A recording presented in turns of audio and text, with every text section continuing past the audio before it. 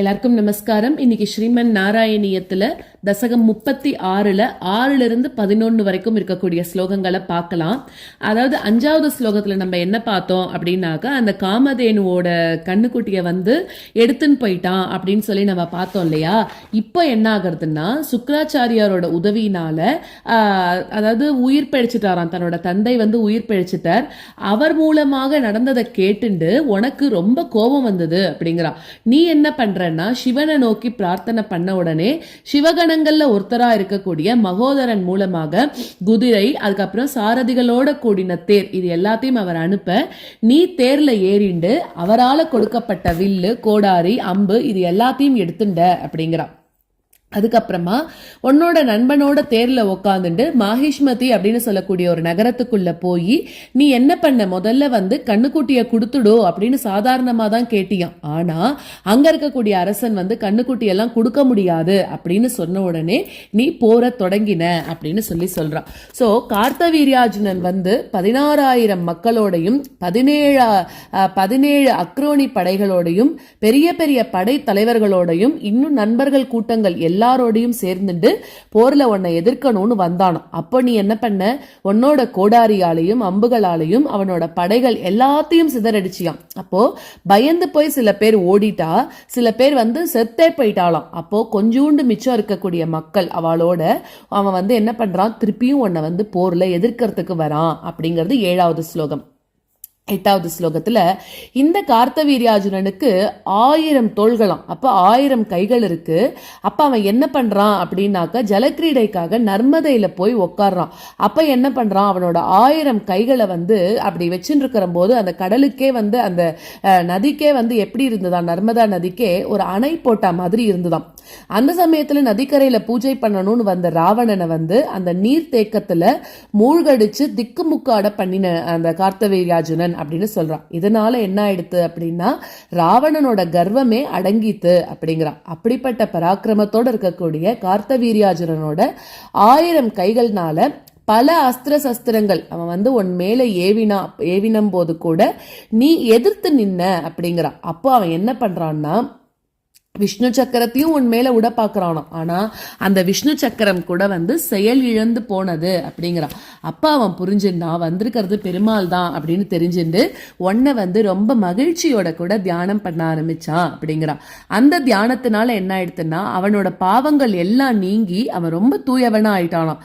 அதுக்கப்புறமா நீ என்ன பண்ண, அவனை கொன்னுட்ட. உன் கையால கொன்னதுனால ஆவேச அவதாரம், பெருமாள் ஆவேச அவதாரமாக உன் கூட இருக்காரு இல்லையா. அப்படி இருந்தபோது நீ அவனை வதம் பண்ணதுனால உன்னோட இடமான வைகுண்டமும் அவனுக்கு கிடைச்சது அப்படிங்கிறது 8வது ஸ்லோகம். 9வது ஸ்லோகத்துல திருப்பியும் கோபத்தோட இருக்கக்கூடிய அந்த கார்த்தவீர்யார்ஜுனனோட அந்த மக்கள் அவெல்லாம் என்ன பண்றான்னா, உன்னோட அப்பாவை கொன்னுட்டாலும், ஜமதக்னிய கொன்னுட்டாலும். அப்போ உன்னோட தாயான ரேணுகா என்ன பண்ணானா மார்ல அடிச்சுன்னு அழறாலும். அப்போ நீ என்ன நினைச்சுக்கிறன்னா, ஒரு கடுமையான பிரதிஜை எடுத்துட்டு தியானத்தினால தேர், ஆயுதங்கள் இது எல்லாத்தையும் வர வச்சு எல்லா திசைகள்லயும் இருக்கக்கூடிய அந்தணர்களுக்கு பகைவர்களா இருக்கக்கூடிய க்ஷத்திரியர்கள் யார் யாருன்னு தேடி கண்டுபிடிச்சு கோடாரியால அவளை சிதைச்சும் அம்புகளால கொன்னுட்டும் இந்த பூமியில வந்து க்ஷத்திரியர்களே இல்லாத படிக்கு நீ பண்ணிட்ட அப்படின்னு சொல்றது 9வது ஸ்லோகம். 10வது ஸ்லோகத்துல திருப்பியும் நீ என்ன பண்ற அப்படின்னா, இறந்து போன உன்னோட தந்தைய வந்து உயிர் பிழைக்க வச்ச அப்படிங்கிறா. ஸோ 21 தலைமுறை க்ஷத்திரிய குலத்தையும் நீ வென்னுட்ட. இப்ப என்ன பண்ண, அதாவது ஜெயிச்சுட்ட. சமந்த பஞ்சகம் அப்படின்னு சொல்லக்கூடிய இடத்துல ரத்த மடு, அதாவது அவளோட ரத்தத்தையே ஒரு ஏரி மாதிரி ஆக்கி அங்க பித்ருக்களுக்கெல்லாம் நீ தர்ப்பணம் பண்ற அப்படிங்கிறா. அதுக்கப்புறம் என்னாச்சு, பூமியை ஆள்றதுக்கு ராஜாக்களே இல்லை அப்படிங்கும்போது எல்லா நிலமும் பரசுராமருக்கு வந்துட்டான். அப்ப என்ன ஆகுறதுன்னா, ஒரு வேள்வி பண்ணி காஷ்யப்பன் மாதிரி இருக்கக்கூடிய அவளுக்கெல்லாம் அந்த மாதிரி இருக்கக்கூடிய முனிவர்களுக்கெல்லாம் நீ என்ன பண்றன்னா நிலம் அதை வந்து தட்சணையாக கொடுத்துட்ட அப்படிங்கிறா. அதுக்கப்புறம் சால்வ அரசனோட நீ வந்து போர் வச்சுக்கணும் அப்படின்னு நினைச்ச போது சனத்குமாரர்கள்லாம் என்ன சொல்றா அப்படின்னாக்க, இவனை நீ இப்ப கொல்ல வேண்டாம், நீ இப்ப ஆவேச அவதாரம் அவதாரமா தான் இருக்க, அடுத்தது கிருஷ்ணாவதாரத்துல பெருமாளே வந்து டைரக்டா இந்த அரசனை கொல்ல போறார் அப்படின்னு உடனே அந்த போரை நீ நிறுத்திண்ட அப்படிங்கிறான். அடுத்ததாக 11வது ஸ்லோகத்துல நீ வந்து ஆயுதங்கள் எல்லாத்தையும் திறந்துட்டு இப்ப நீ என்ன பண்ற அப்படின்னாக்க மகேந்திர மலைக்கு போய் தவம் பண்ணணும்னு நீ போயின்னு இருக்க. அப்போ கோகர்ணம் வரைக்கும் நிலம் வந்து மகேந்திரமலை வந்து திருக்குறுங்குடின்னு சொல்றோம், அங்க இருந்து கோகர்ணம் வரைக்கும் இந்த நிலம் வந்து கடலுக்குள்ள மூழ்கி இருந்துதான். அதனால முனிவர்கள்லாம் வந்து வேண்டுகோள் உன்கிட்ட சொல்றா. அப்ப நீ என்ன பண்றன்னா உன்னோட தப்போ வலிமையினால ஒரு வில்ல வரவழிக்கிற. அந்த வரவழிச்ச வில்லுல வந்து ஆக்னேயாஸ்திரத்தை நீ வந்து தொடுக்கிற அப்படிங்கிறா. அதை வந்து அந்த கடல்ல போடுற. அது எவ்வளோ தூரம் அது வந்து போறதோ, அதாவது கடல் பயந்து போச்சான். நீ வந்து ஸ்ருவத்தை வேள்வியில வந்து நெய் எடுத்து ஊத்துறதுக்கு இருக்கக்கூடிய ஒரு துடுப்பு, அதுதான் ஸ்ருவம் அப்படின்னு சொல்றோம். அதை நீ என்ன பண்ற, கடல்ல எரிஞ்சு அது எங்க வரைக்கும் போறதோ அந்த இடம் வரைக்கும் அந்த கடல் வந்து உனக்கு என்ன பண்ணித்தான், விலகி வழி விட்டுதான், அதாவது நிலமா ஆக்கித்தான். இப்படியாக கேரளத்தை காப்பாத்தி நீ வந்து நிலை பெற செஞ்ச அப்படிங்கிறா. அந்த மாதிரி இருக்கக்கூடிய நீ தான் என்னையும் காப்பாத்தணும் அப்படின்னு சொல்லி இந்த பரசுராம சரித்திரத்தை நிறைவு பண்றார் பட்டத்ரி. மேற்கொண்டு ஸ்லோகங்களை பார்க்கலாம்.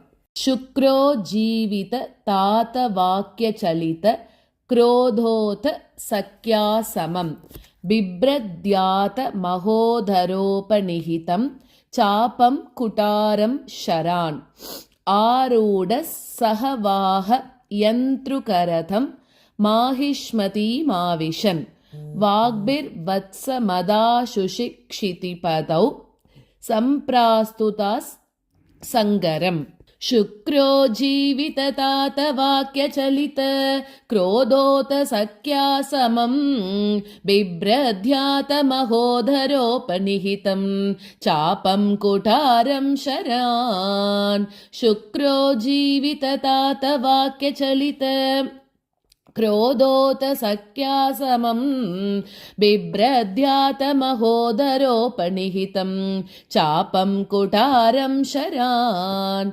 आरूढः सहवाहयन्त्रुकरतं माहिष्मतीमाविशन् वाग्भिर्वत्समदाशु शिक्षितिपतौ सम्प्रास्तुतासङ्गरम् आरूढः सहवाहयन्त्रुकरतं माहिष्मती माविशन् वाग्भिर्वत्समदाशु शिक्षितिपतौ सम्प्रास्तुतासङ्गरम् शुक्रो जीविततात वाक्यचलित क्रोधोत सख्या समं बिभ्रद्यात महोदरोपनिहितं चापं कुठारं शरान् आरूढः सहवाहयन्त्रुकरतं माहिष्मतीमाविशन्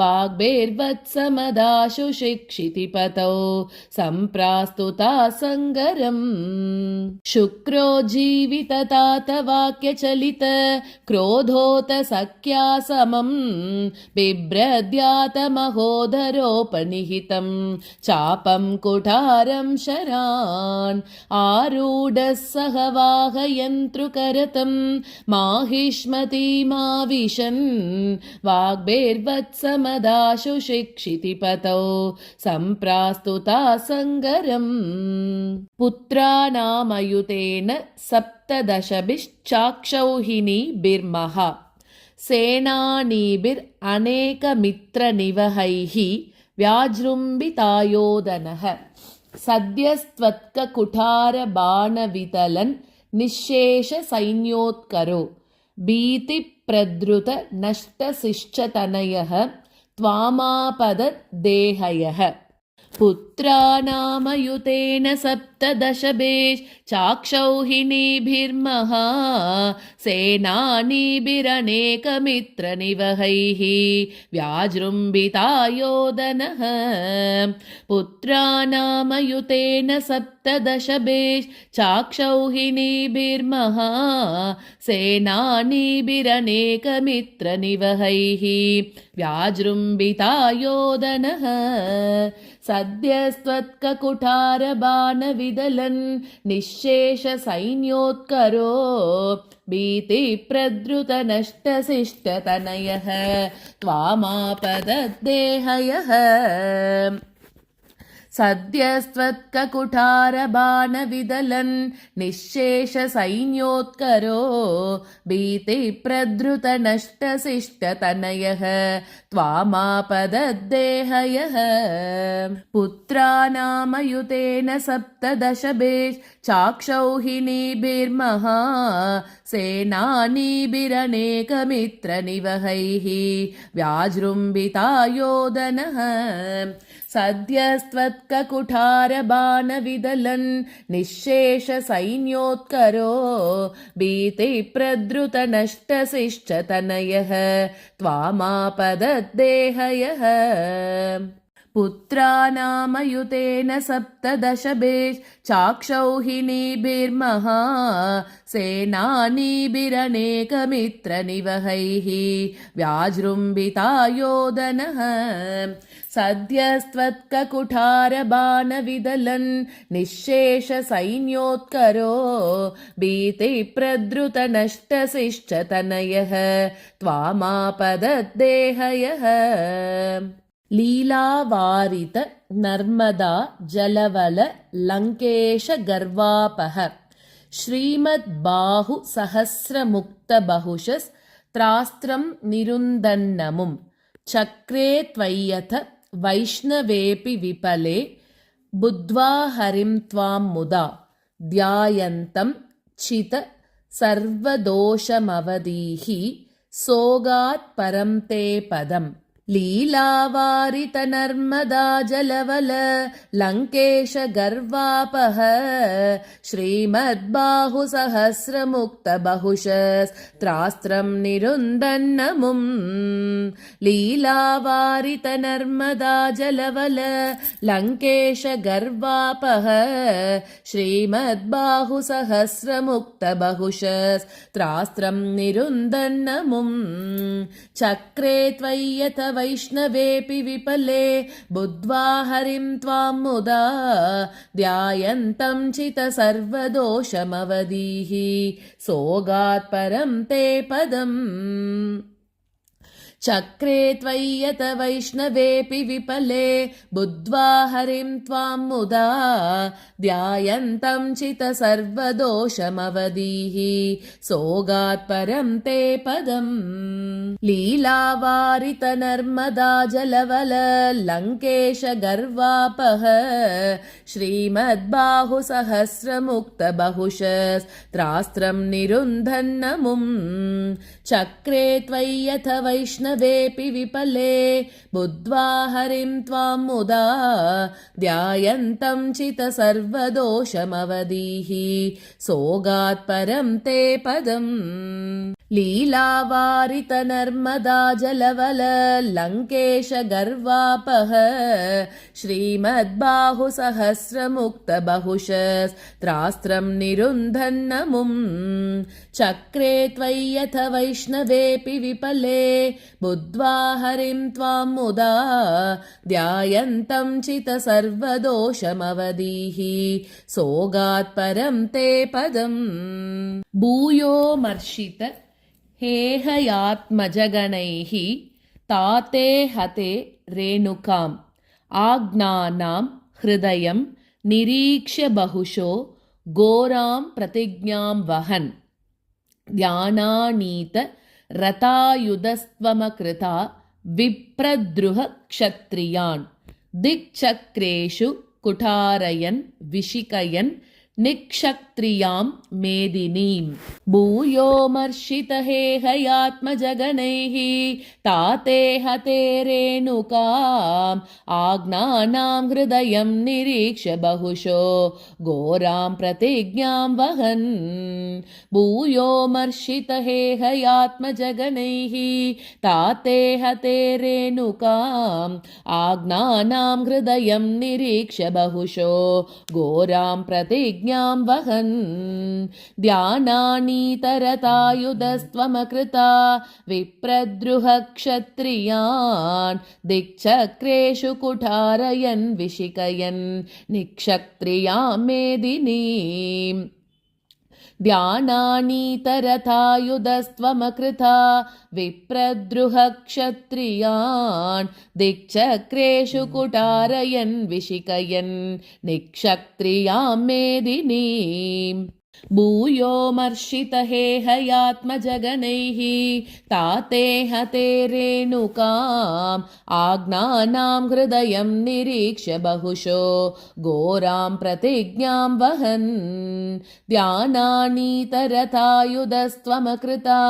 विप्रद्रुहक्षत्रियान् दिक्चक्रेषु कुठारयन् विशिकयन् निक्षत्रियां मेदिनीम् भूयो मर्षितहेहयात्मजगणैः ताते हते रेणुकाम् आज्ञानां हृदयं निरीक्ष्य बहुशो घोरां प्रतिज्ञां वहन् ध्यानानीतरथायुधस्त्वमकृता विप्रद्रुहक्षत्रियान् दिक्चक्रेषु कुठारयन् विशिकयन् निक्षत्रियां मेदिनीम् आतो जीवन कृन्नृपालककुलं त्रिस्सप्तकृत्वोजयन् सन्तर्प्यात समन्तपञ्चकमः रक्तह्रदौगे पितॄन् यज्ञे क्ष्मामपि काश्यपादिषु दिशन् साल्वेन युध्यन् पुनः कृष्णो मुं निहनिष्यतीति शमितो युद्धात् कुमारैर्भवान् तातो जीवनकृन्नृपालककुलं त्रिस्सप्तकृत्वोजयन् सन्तर्प्यात समन्तपञ्चकमः रक्तह्रदौगे पितॄन् तातो जीवनकृन्नृपालककुलं त्रिस्सप्तकृत्वोजयन् सन्तर्प्यात समन्तपञ्चकमः रक्तह्रदौगे पितॄन् यज्ञे क्ष्मामपि काश्यपादिषु दिशन् साल्वेन युध्यन् पुनः कृष्णो मुं निहनिष्यतीति शमितो युद्धात् कुमारैर्भवान् यज्ञे क्ष्मामपि काश्यपादिषु दिशन् साल्वेन युध्यन् पुनः कृष्णो मुं निहनिष्यतीति शमितो युद्धात् कुमारैर्भवान् तातो जीवनकृन्नृपालककुलं त्रिस्सप्तकृत्वोजयन् सन्तर्प्यात समन्तपञ्चकमः रक्तह्रदौगे पितॄन् यज्ञे क्ष्मामपि काश्यपादिषु दिशन् साल्वेन युध्यन् पुनः कृष्णो मुं निहनिष्यतीति शमितो युद्धात् कुमारैर्भवान् तातो जीवनकृन्नृपालककुलं त्रिस्सप्तकृत्वोजयन् सन्तर्प्यात समन्तपञ्चकमः रक्तह्रदौगे पितॄन् यज्ञे क्ष्मामपि काश्यपादिषु दिशन् साल्वेन युध्यन् पुनः कृष्णो मुं निहनिष्यतीति शमितो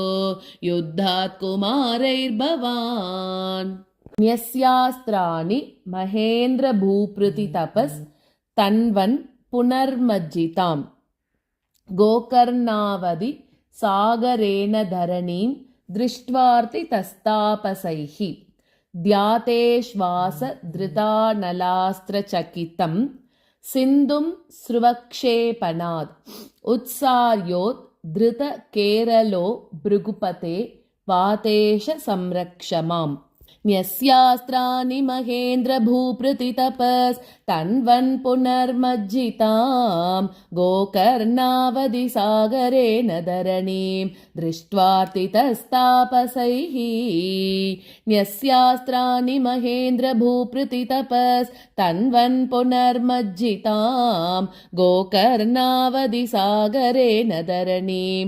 दृष्ट्वार्तितस्तापसैः ध्याते श्वासधृतानलास्त्रचकितं सिन्धुं स्रुवक्षे सुवक्षेपणात् उत्सार्योद्धृतकेरलो भृगुपते वातेश संरक्ष माम् द्यातेश्वासधृतानलास्त्रचकितं सिन्धुं स्रुवक्षेपणात् उत्सार्योद्धृतकेरलो भृगुपते वातेश संरक्ष माम् न्यस्यास्त्राणि महेन्द्रभूपृतितपस्तन्वन् पुनर्मज्जितां गोकर्णावधिसागरेण धरणीं दृष्ट्वार्तितस्तापसैः द्यातेश्वासधृतानलास्त्रचकितं सिन्धुं स्रुवक्षेपणात् उत्सार्योद्धृतकेरलो भृगुपते वातेश संरक्ष माम् न्यस्यास्त्राणि महेन्द्रभूपृतितपस्तन्वन् पुनर्मज्जितां